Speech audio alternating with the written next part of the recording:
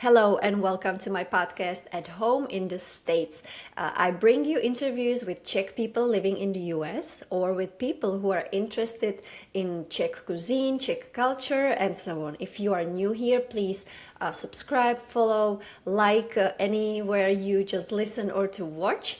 And I welcome here my guest today. I'm really happy to have her here today. And we will talk a lot about food, Czech culture in general.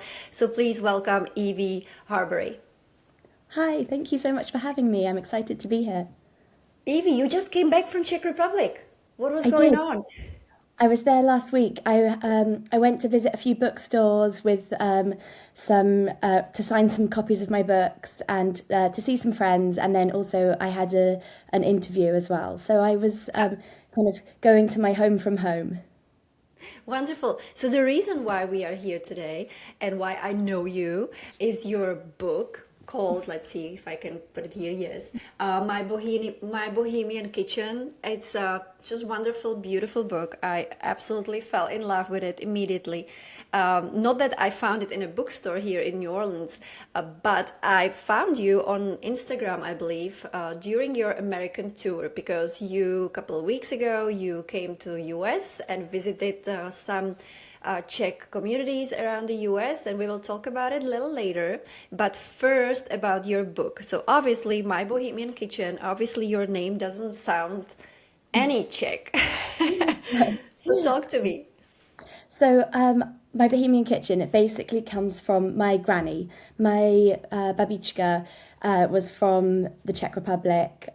My dad is half Czech. I'm a quarter Czech, and it kind of I've spent a lot of time in the Czech Republic. I kind of grew up between England and the Czech Republic, hence the English accent. English was my first language. Czech is my second as I grow older. I'm trying to learn it more and more. And I spent a lot of time in the Czech Republic eating with my granny and enjoying food and talking about food. And when she died about 5 years ago, I had this kind of like moment of I need to write down all of the stories like with her, and all of these stories came pouring out, like associated with recipes and associated with meals I'd had with her and friends and family. And it's basically like a little bit of Bohemia that's like in my heart, and it's just writing that down. And as I was starting to write the stories, it kind of came out that actually there's more to this than just sharing stories with friends. I want to share my experience of Bohemia and the Czech Republic and the Czech food with more people around the world and put it in the English language. And that's kind of what I'm trying to do with my book. So you did, and you did a wonderful job, I have to say, because it has not only it has all the traditional recipes that we all remember, but for me, the most beautiful thing on it is the cover and just the overall design of it, because I believe everyone who grew up in Czech Republic remembers somebody who had, same pot like you have on the cover. I believe that was your granny's. Yeah, it was modelled off one of my granny's old enamel pots, and it also was important to me that it was collider like depicted on the cover, because that's to me that's the most kind of Bohemian soup that I've never had cooked outside of Bohemia. So it was kind of those who know and that can recognise that it might be a Czech soup is like kind of, for everyone else it's just nice ingredients in a nice pot, but like it's kind of a little nod to the fact that it is a Bohemian feature of a recipe. And it is the kulaida, right? Collider, yeah. It's one of my favorite soups, definitely, with a lot of dill in it. Mm. You mentioned Bohemian by heart, and I was actually going to originally open the introduction with saying that you are a British chef, you are a person who does a lot of TV cooking shows, who is working on cookbooks for various people, including a very famous lady, Mary Berry, and also Mary McCartney, and so on. You're very experienced. So finally, you put together your own book. But when I said Bohemian by heart, by heritage, which one is Oh, the bigger truth? oh, it's really hard. I think I feel I feel Czech. I've always felt like in my heart I am Czech, and then I kind of feel lucky that my heritage is also from Bohemia. So it like when I spend time there, I have a little halupa in the south of South Bohemia, and when I'm there, it feels like home as as much, if not more, than when I'm in England. And so it kind of feels like it is by heritage, kind of factually, but it's like it's in my heart and my stomach. You feel they're more home than in Britain. Yeah, sometimes I do. I feel when I get off the plane and I hear people speaking Czech around me, it kind of like my shoulders relax and I feel like I'm comfortable there. Well, you used to spend them every summer as a child growing up. Of course, we all who grew up in Czech, we have all those like summer memories of like those long days, never-ending days of doing basically nothing. Go to mushroom hunting later on in the summer. Go picking some raspberries or black currant, red currant, whatever. What is your like number one memory when I throw you back to your childhood to South Bohemia? Oh, it makes me feel warm. I think my memories from like my childhood in South Bohemia would be associated with my granny's mill. She had a retired flour mill just about an hour south of Prague, and we would turn up there, and it was in this tiny little village, and where the house sat, it was between a forest and a stream, and it just had maybe I think five neighbours, and one of them was a dairy farm, and then another one they were hunters and they would hunt wild boar, and I just remember turning up, and I think I remember the smell of the forest, that like the kind of Definitely. like damp, but that damp's got such a negative association, but like this kind of warm, damp summer, like just sitting outside in the sunshine and going with her to collect milk from the dairy farm. And then we would boil it on her wood fired stove in the kitchen. And then we would sit outside. She would crack open the beer as soon as it was 12 o'clock, probably, maybe Wonderful. earlier. And we would eat her potato salad or her potato pancakes and just kind of lose track of time and walk through the forest. Like you say, the mushroom picking. Um, I remember my granny, like with her mushroom basket, walking around and with her stick in one hand, mushroom basket, and also her blueberry fork, to collect blueberries from the forest floor. So I think it was it was all about food, but it was also just about sitting outside. We spent very little time inside at the house, and when I'm in the Czech Republic, even in the depths of winter, I actually don't spend much time inside. It feels like it's such an outdoor place to be. You brought me to my childhood a little too, because when I think about it, like it was always around food too. And one of the reasons was that, me growing up, a lot of people were still growing their own vegetables or their fruits, because in the winters there was never really good fresh fruits in the grocery stores. So what would you do? You would work really hard in the summer. You would make a lot of jams, or you would do a lot of like preserves, so you have actually a lot in the winter. So yes, so we would, as children, we would always be helping, not only the mom but grandma. But what I want to say also, not only that you put like really cool recipes that we all know, there's actually nothing really new, and I don't mean it in a bad way. Like you really put it in a traditional way, like all the basic recipes that we all know. But what I appreciated on the book, and what I want to ask you about, is that you actually have really great observations about the Czech people, about the way we live, about the way we take care of waste, and so on.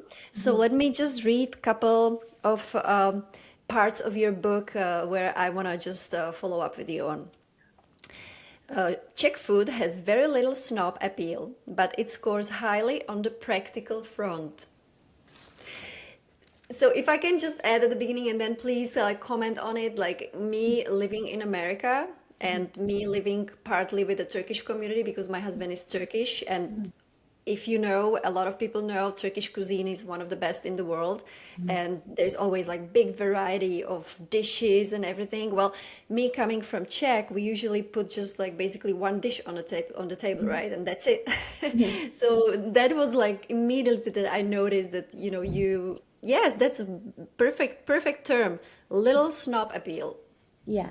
Well, no, I wanted to like kind of start with the book being like a very basic explanation of what Czech food is to people outside of the Czech Republic, because I think sometimes it can have a very basic, like it's just meat, dumplings and sauce. And I wanted to say, yes, it's that, and it's so much more than that too.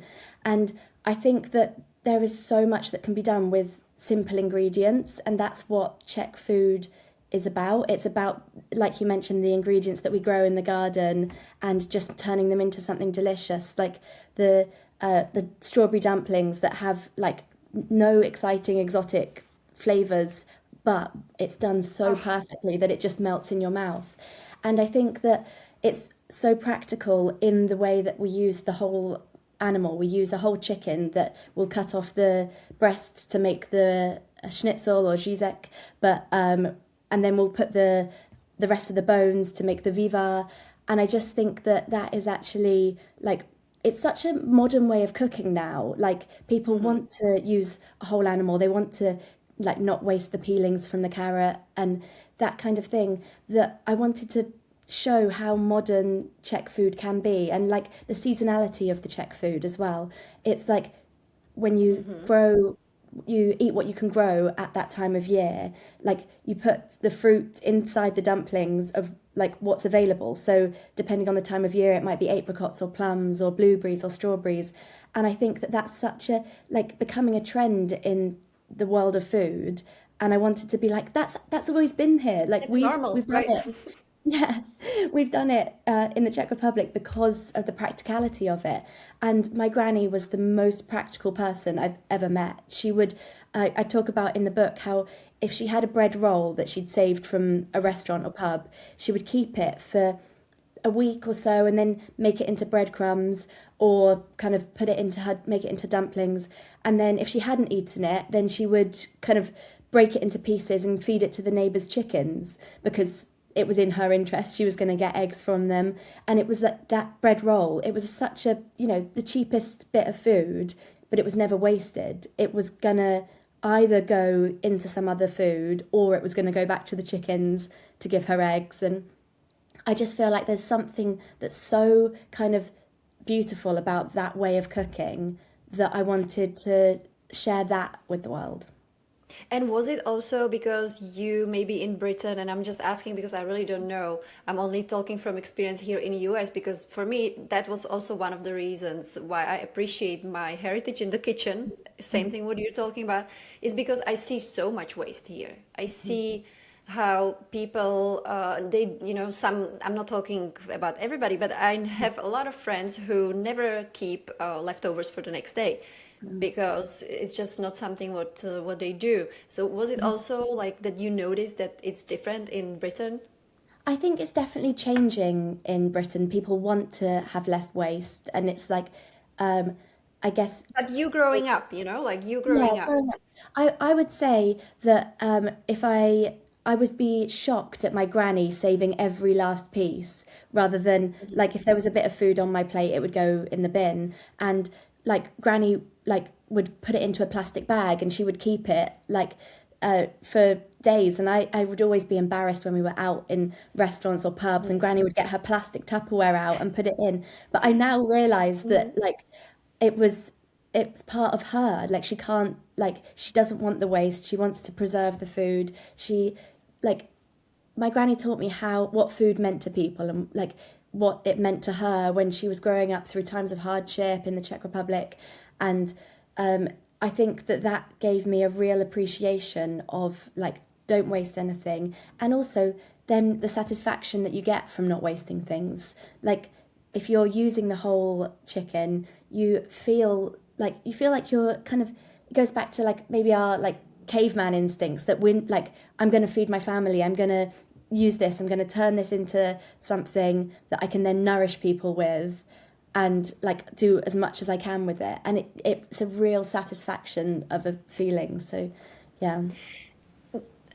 Again, wonderful observations. I will just add one more thing that comes into that you actually, try to save that one bread bun from a restaurant and you make breadcrumbs from it, because it's also same thing in my house. My mom would always put all the dry bread and everything on the side, and my grandparents, they used to have chicken. They both passed away recently, sadly, but what was also a great thing on it was that it was giving those elderly people jobs, so they felt they're still needed, because my mom, that was just a tradition, she didn't really need the breadcrumbs, like you can really buy them in the grocery store now. It's nothing that you really need, but the thing that you actually give the jobs to those grandparents who are like 85 years old, and they make the whole day about it because it's something so meaningful for them.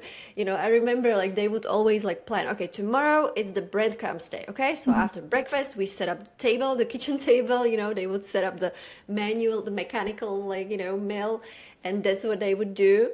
So that's another thing that we don't think about too much, Yeah, but I agree. And a similar thing that you've just reminded me of there is when I went round to one of my neighbour's house to learn how to make svíčková and vivar with noodles, and she had her granddaughter that came round the day before, and they prepared all of the noodles, and she made a day of it with her granddaughter.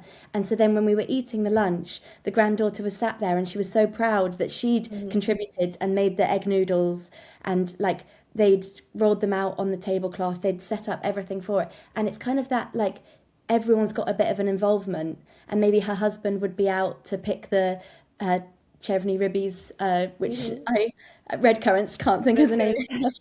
And like he comes back with his hands stained, and so she bakes the cake, but actually he's had his like he's been pruning the part. trees and he's had his part in the meal, and it just feels like such a community thing that like it's everyone's got their part, everyone's got their role. Yes, definitely. Well, another note from your book, okay? A typical Bohemian kitchen will have hand-me-down pots and pans with an electric hand whisk that has served three generations. Crockery is mismatched apart from the Sunday set, which was received as a wedding gift and rarely gets brought out even on Sunday. So was it like that at your granny's too? It was exactly like that, and I can picture her glass cabinet in the corner of the kitchen that had the Sunday set that literally no one could touch, no one could go near until there were loads of neighbours and guests that came round.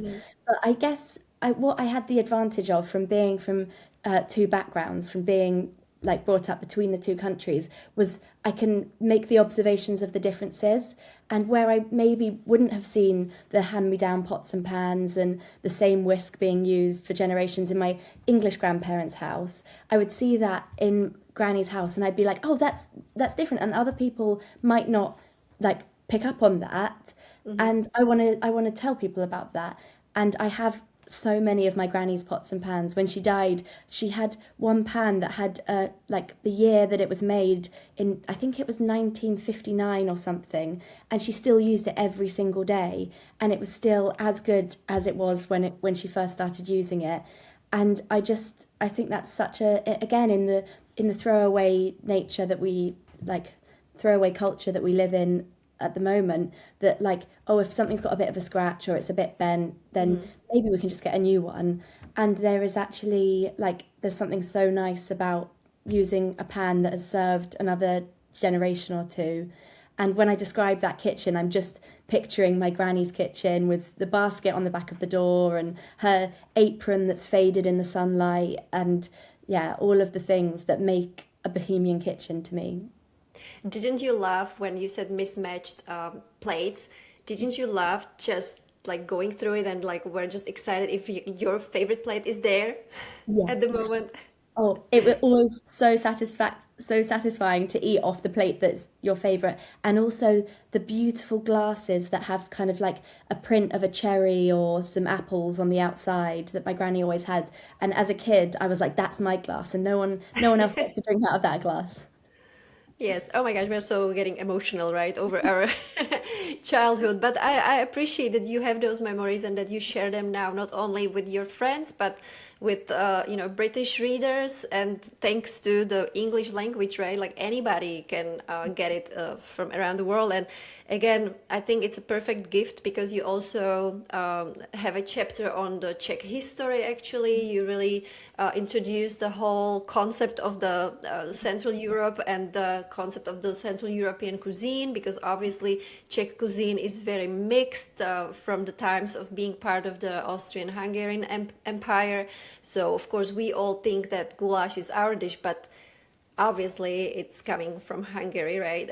We all think that Rizek is our dish, but well, they have it in Germany and Austria, so I'm not really sure, you know what I mean? So we have to admit that we are just part of the broader Central Europe, but there is always this discussion when we actually start talking about the originality of the Czech cuisine. What for you is the like real Czech dish that you would say, okay, this they don't have it anywhere else? Yeah. Well, I would say that svíčková is the dish that is kind of most surprising and like unusual from Czech cuisine, but at the same time, probably strawberry dumplings.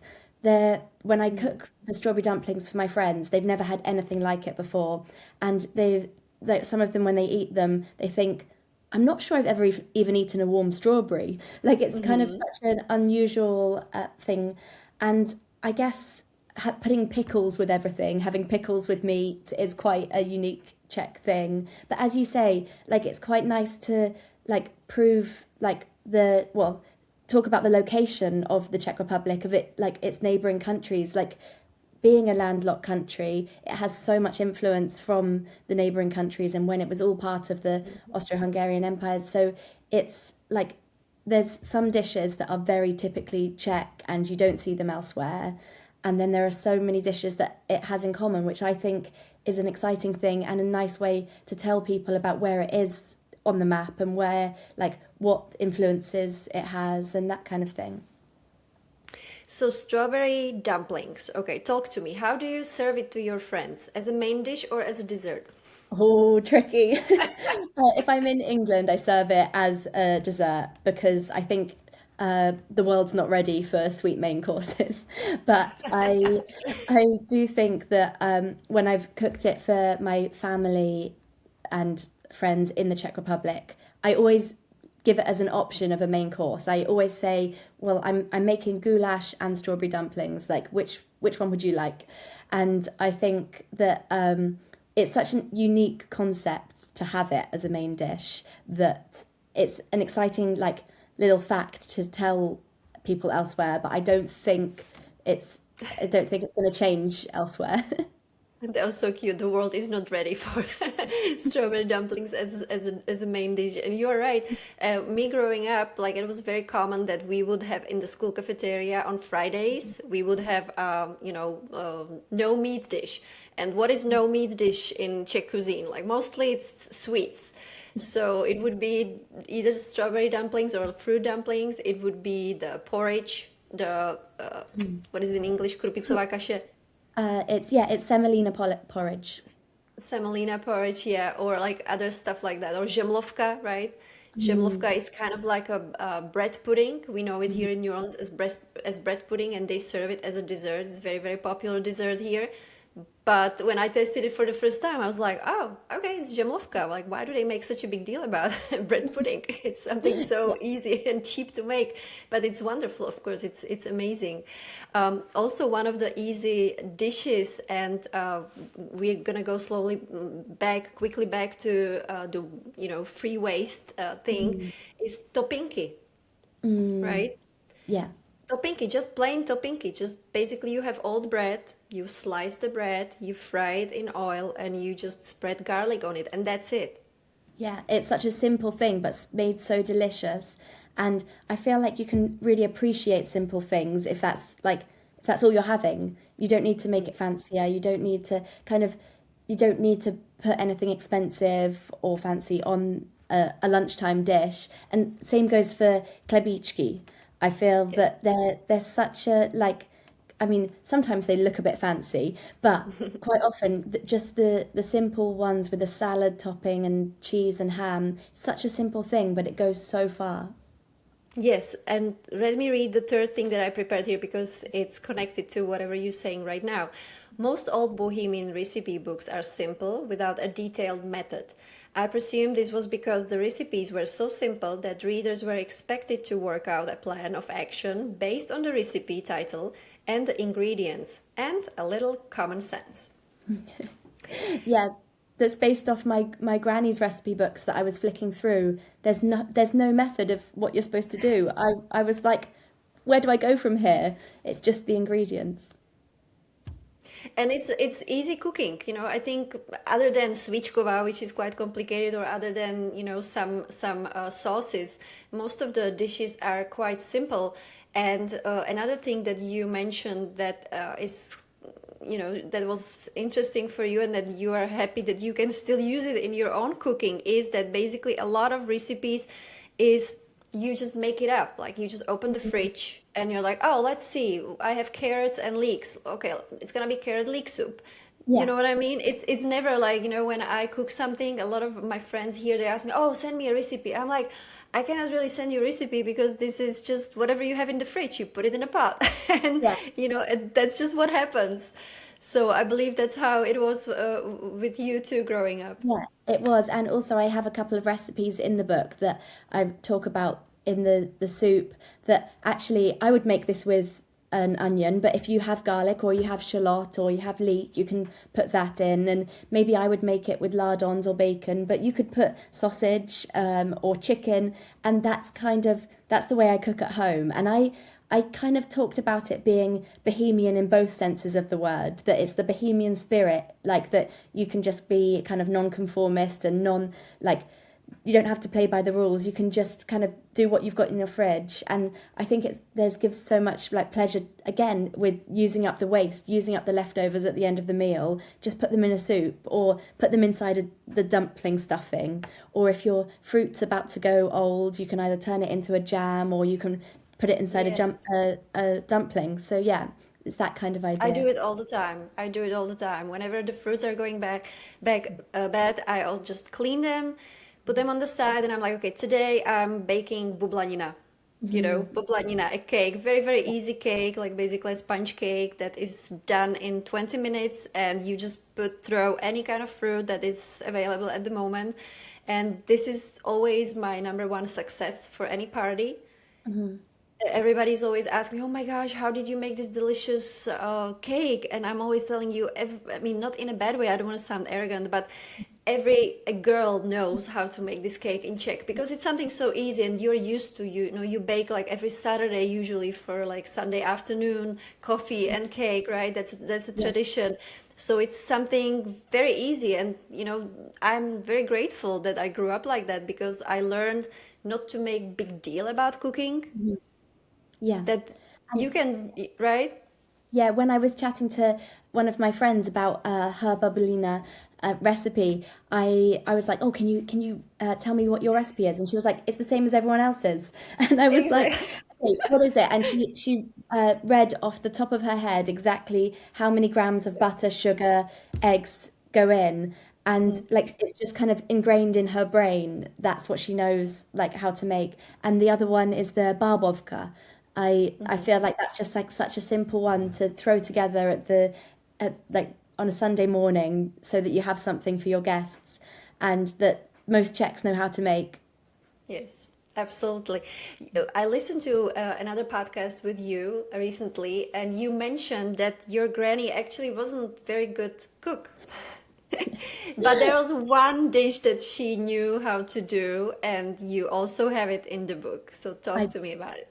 Yeah, so it's quite a funny thing that I learned how to eat with my granny, but I didn't learn how to cook from her. So she, like I mentioned earlier, she like taught me the language of food, but when she cooked, people were often disappointed. So what we did was we went round to other people's houses or we went to pubs, and she gave me the excitement for eating and cooking, but didn't teach me anything herself. But the dish that she was her most well received was potato salad. And that was the thing that when you turned up at Granny's house, there was potato salad on the table.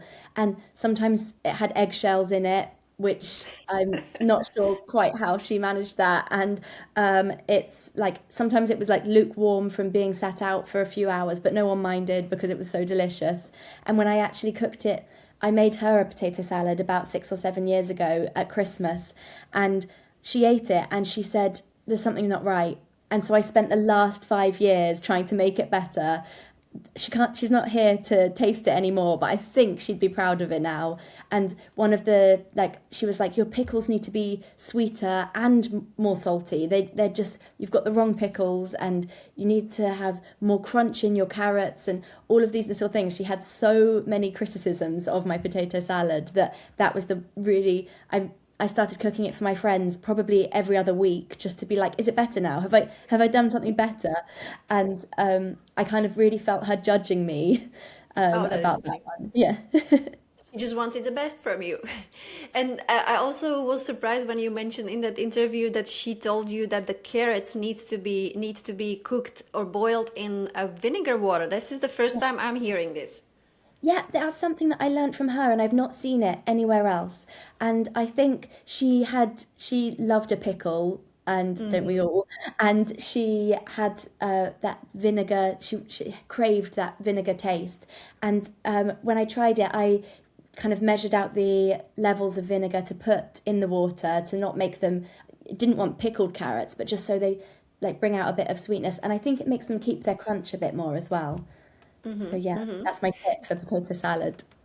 Wonderful. So when you say, the bublanina is the same for every household, so potato salad is something completely opposite. Actually, every house has completely different recipe or preference how they eat potato salad. So thank you for a new idea. I might try that for the crunchiness. That makes sense. But when you talk about your granny, I was really fascinated by her story because if it wasn't for her, you guys would never be in Britain and there would be no Evie. Yeah. Your grandma, your grandma was born in 1924 in Prague, Czechoslovakia, but she somehow ended up in Britain. So please tell me the story because I love hearing stories like that. Yeah. So my granny had a fascinating life, and actually, when she died, she said, "You don't need to be sad. I've had a very interesting life," Oh. and she was born in Prague. They had a chalupa down in South Bohemia, and so she spent her time between Prague and South Bohemia. And when my granddad, who was of German descent but living in England, when he was an economist and he was fascinated, which I always feel like is a strange word to use, but fascinated about communism. And he went to Prague and to learn more about it, learn more about how the communist regime worked or wasn't working, or kind of as a curiosity about it.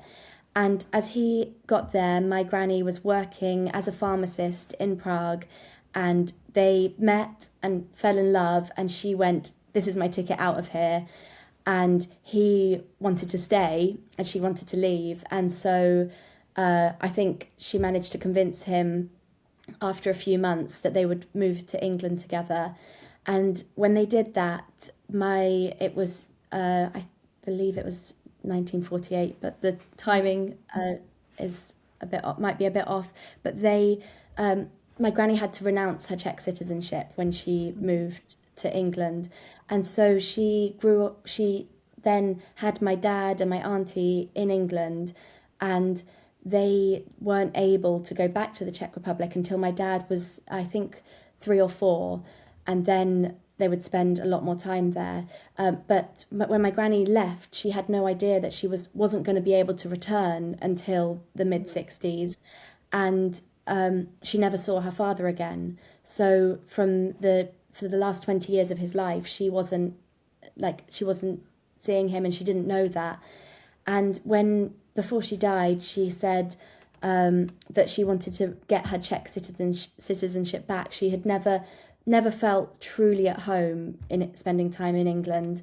And she'd spent once, her and my grandfather divorced, and she went back to the Czech Republic and spent so much time there, but she was back there as an English citizen, which was so strange. She felt at home there, but also wasn't totally welcome because it was a bit difficult for her to kind of like, she was an English person now, she'd renounced it.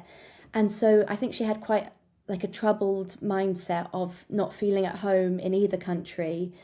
And when she went to get her Czech citizenship back, she went to the embassy, and the man at the embassy quite rightly said, "Why do you want your citizenship back?" And she said, "Young man, I was born a Czech, I want to die a Czech." And that was, I think he couldn't argue with that. And when she felt like finally she could be at home there again. So yeah, she had quite a lot of her life she spent in England, but she always had this amazing strong Czech accent that I never noticed. And all of my friends would say, "So where's your granny from?" And I would go, "What do you mean? She's from Birmingham." Like she's just got the train down from Birmingham. Like it kind of felt a bit like a curious thing to me. I was like, well, yeah, she was born in the Czech Republic and we spend a lot of time there, but I didn't notice her accent. And she, right until she died, her and my dad would speak to each other in Czech. And it was kind of like this secret language to us. My dad never taught me Czech. And that's another thing that my granny didn't think that it was important enough for me to learn it. And so when I spent time out there with her, she would translate between me and the neighbouring children. And my dad didn't really think about whether I was going to speak it or not. Everyone tells me if I had a Czech mother, I'd speak Czech. But so because of that, I've had to learn Czech as an adult. And the first kitchen I ever worked in was in the Czech Republic. So I say that I'm fluent in Czech food, and I can get by. But I was always sad that I didn't learn it from my granny or my dad. Yes, of course, because if you learned as a child, you would, you would be fluent without any problem, of course, and you wouldn't have any accent, which you have now. But that's fine. It's cute, and everybody should appreciate your effort because it's not easy. Czech language is absolutely one of the most difficult. It's not Everyone easy. knows that, right? But like, how did you communicate with the children then? In the children language of hands? Yeah, I think it was just a like no need for like verbal communication. We're just kind of playing in the garden, under the apple trees, and just kind of in the swimming pool, and like it was just kind of like a childish way of life that I always think that I have picked up so many things that my granny was talking about, and like my understanding of the Czech language is so much like stronger because I spent that time with my granny there. I have a younger brother who didn't spend much time with granny out there, and his grasp on the language is ještě jedno pivo, prosím, and that's like That's it. that's it. So I mean, he gets by. That's all he needs sometimes. But I think that because I heard my granny and I loved listening to my granny and my dad talk, I kind of It's in picked the it up. brain. It's in my brain, yeah. Uh, well, you, after your high school studies, you decided to go into fashion, but then, as you just mentioned a while ago, you said that you somehow started to work in a restaurant in Czech Republic. So how Evie from Britain goes back to Czech Republic to a restaurant in like a regional place? Yeah, I know it's quite an obscure story, but I studied fashion. I started working out in the fashion industry in London, and I was there for about 6 months before I realised this isn't for me. I need to do something else. And my parents have always had a flat in Tarbor, and and also they opened the Hotel Nautilus, on the main square in Tarbor, and I kind of thought like, where can I go that I'm going to be happy while I figure out what I'm doing. And I think it was my dad's suggestion, like, why don't you go and stay in the flat? Like, you can, we've we've got it there. No one's living there. It's empty. It's free. And so I moved out there and I bought a one-way ticket thinking, okay, I'm just going to try and figure myself out. And after a week, I got so bored and I was like, okay, I need to do something. And I asked the kitchen in the hotel whether they needed any extra hands. And I think it was a bit strange that it was like the owner of the hotel's daughter is going to come in and peel potatoes, but I did. And on the first couple of days, I would sit there for hours on crates at the back of the kitchen with all of these Czech men around me speaking to me in a language I didn't quite have a grasp on, and I was the happiest I'd ever been. And I was sat there peeling potatoes, thinking I could do this for the rest of my life. And I spent a couple of months out there, 2 or 3 months, working in the kitchen, working lunch and evening service.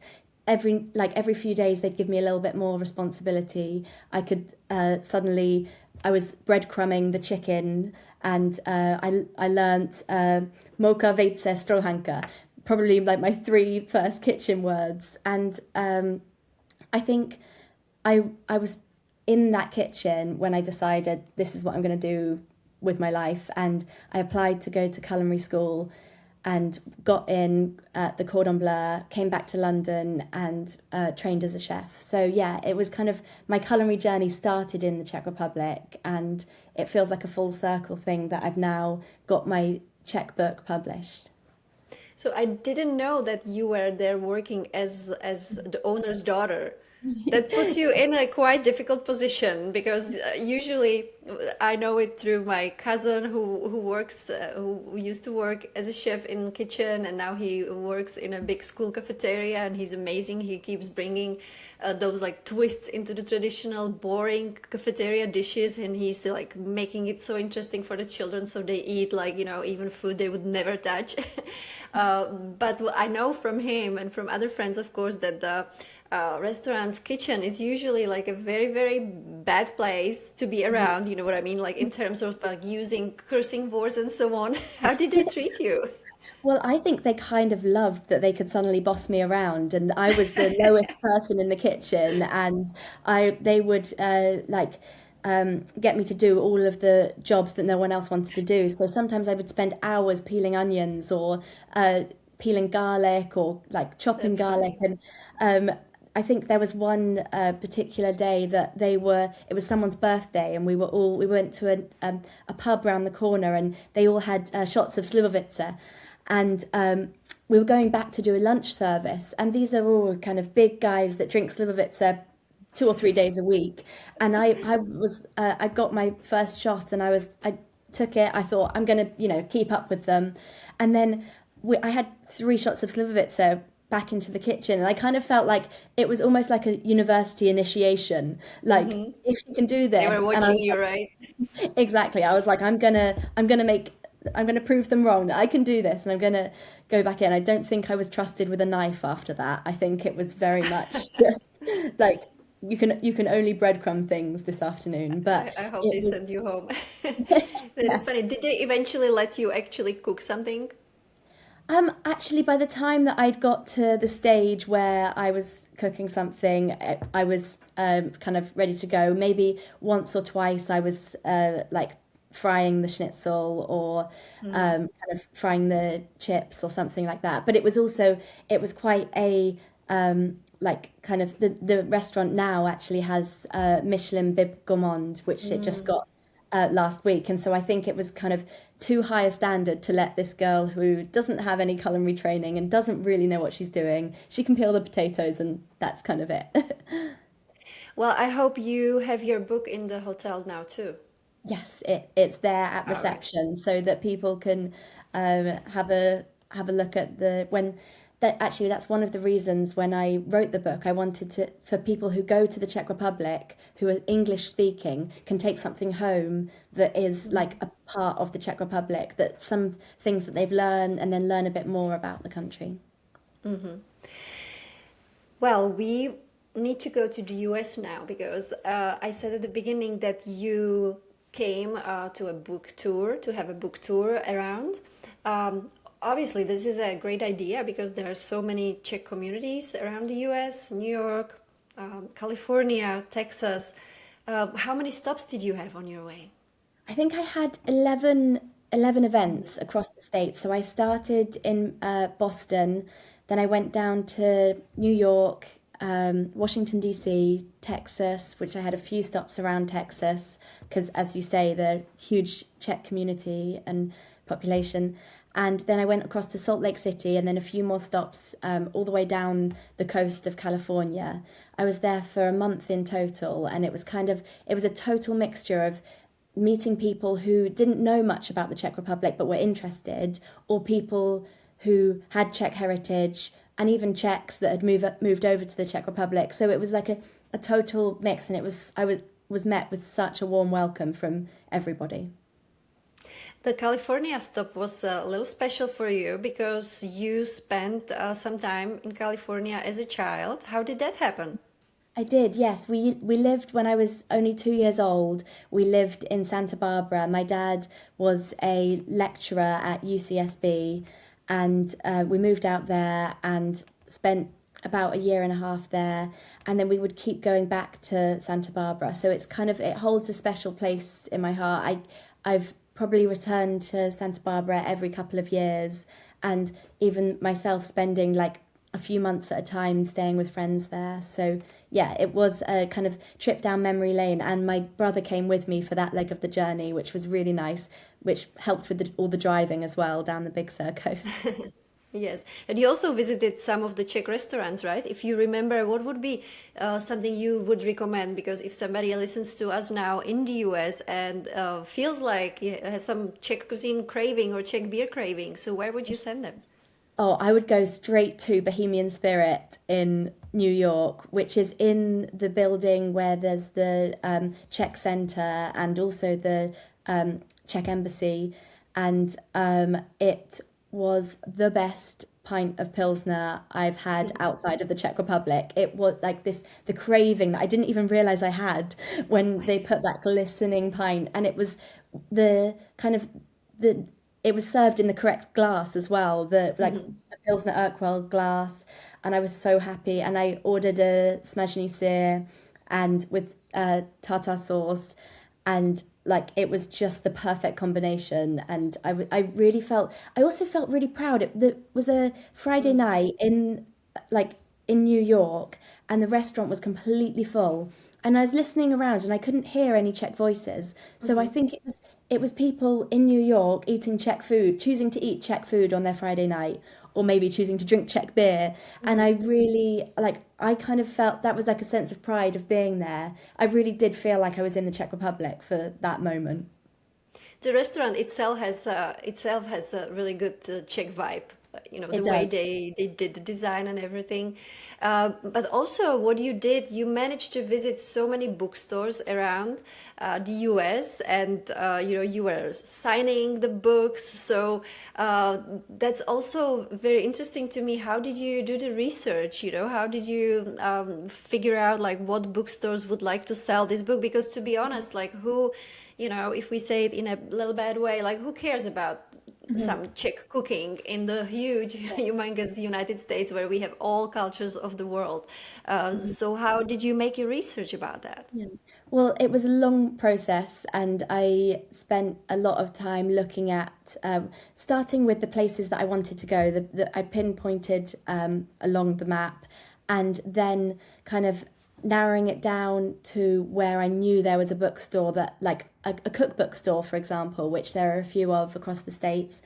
And I emailed so many bookstores, and I really enjoyed the kind of communication with them of like whether they had the space for an event, or if they didn't, maybe I could just come in and sign the books that they have, or like coordinating the timing.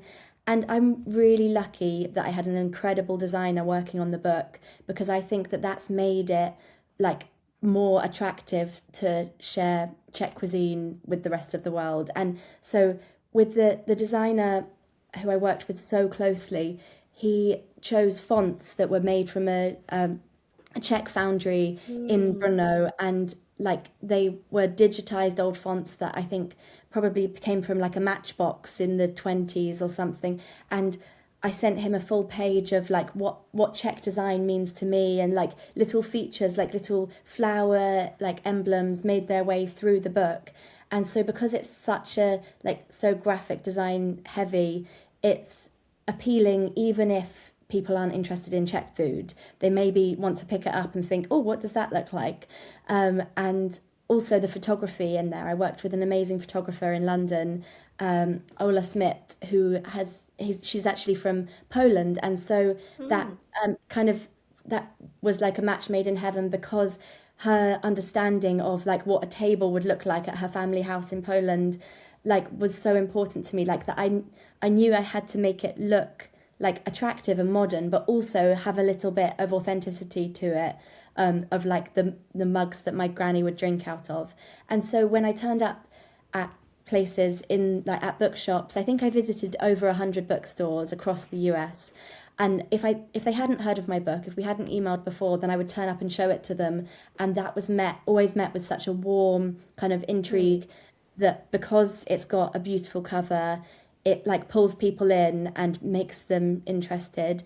And quite often, because there isn't kind of 20 different books written about Czech cuisine in English, they go, actually, this might sell because it will be our only Czech book on the shelf. So they kind of like, they have that, like, they put it in the section that it's a standalone Czech cookbook, and kind of, they, rather than maybe turning up with a book that they've already got 20 Italian cookbooks, might be a bit more of a difficult sell to be like, oh no, but mine's better.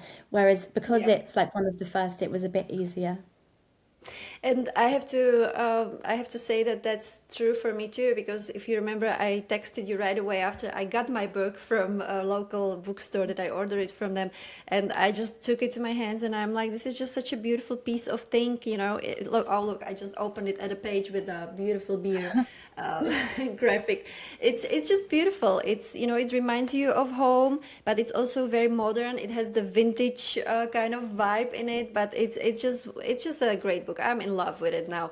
And at the moment when I bought the book, I went to pick up my daughter from school. I gave it to her, and she immediately started like going through it. Of course, like, so by the time we got home in 20 minutes, we had a plan of meals for the rest of the day, of the rest of the week, you know. I had to Amazing. do the smažení sýr right away, which of course I probably never did at home, because that's something you always eat out, right? Who would work? Because it's a lot of work to do Yeah, smažení sýr actually. it's a lot of work. And of course I couldn't figure out what was the right cheese to buy. So, you know, it didn't end really well, but we ate it, never mind, you know, we ate it. We made the tartar sauce from scratch. Exactly, I didn't have tartar sauce, so I was like, look, it's very easy to make actually. So I made my daughter to cut the pickles, you know, and this was like the whole family process actually of having this dish that we know just from summers from restaurants, because that's really something that we don't traditionally do at home in my family. So it was amazing, and I did some šunkovlaky ever since, and I was looking at your větrníky recipe. I don't know if I'm too brave to do that, but you never know.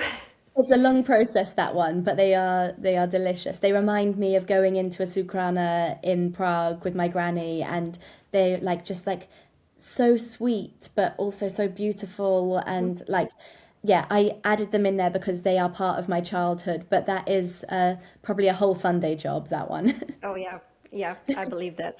Okay, just quickly now, because you released a new book. I don't know how you did it, but you have two books in 1 year, and I have a suspicion that that's coming also from your childhood, this love for mushrooms, I will say it. So talk to me a little about your new book. Yeah, so I last week released a book called Shroom, which is all about mushrooms, and it exactly like you say, it's coming from my love of mushrooms for throughout my whole life, that is very based in the Czech Republic. When I finished writing My Bohemian Kitchen, a publisher came to me and said, "We want to write a book on mushrooms. We think that you'd be the right person to do it." And I said, "You're right. I think I am the right person. I have such a love of mushrooms. And in My Bohemian Kitchen, I think I'm a bit of a mushroom pusher, because I am talking so much about kind of how mushrooms are good for the world, good for us, good for the environment." And I don't know if you know the famous Czech poem by Milan Kozelka, which is it starts off by saying, it's in Czech, but the translation is the Japanese have the fastest trains, the Czechs are excellent mushroom pickers. The Brits invented Hyde Park, the Czechs are excellent mushroom pickers. Love And so it. there is a part of me, I would sit in with my granny in her mill and I would flick through her Czech mushroom book, and like I would just look at the pictures, and I learnt the words of like edible, poisonous, and probably like the black and red and green helped me there a bit. But I would just be so fascinated by the mushrooms, and so in this book Shroom, it's not Czech recipes, it's just mushroom recipes of the world basically. And like I think it definitely comes, the love of mushroom comes from my Czech heritage, and I have put a recipe for collider in the book. Oh, wonderful. So we made it to another book. Chicks made it to another recipe book. That's amazing. Can you buy it around the world also, or just Britain? You can buy it around the world. It should be able to be ordered from bookstores or online, yeah, all over the place. Wonderful. Thank you so much, Evie. I enjoyed this so much, and really, I'm a big fan now. You can, of course, find Evie on Instagram too. Tell me, what is your Instagram account? It's Evie Harbury. So Evie Just Harbury. like I will my also, name. of course, put a link on YouTube and on wherever you listen, on Spotify, Apple Podcast, and so on, because I want you guys to reach out and to find, and don't be shy and start trying some Czech recipes, because they're simple, they're delicious, and they're very, very easy to make. They're not time consuming like most of them. Well, thank you so much, Evie. Thank you. I had a lovely time. Thank you so much for having me. I've had a lovely time chatting with you. And thank you all who listened, who watched. Again, if you're new here, don't forget to follow, like, comment. And if you would like to get a membership to my podcast, you can also find a link on YouTube and on Spotify, anywhere. It's very easy to do. Thank you so much that you are here and that you listen. Bye-bye.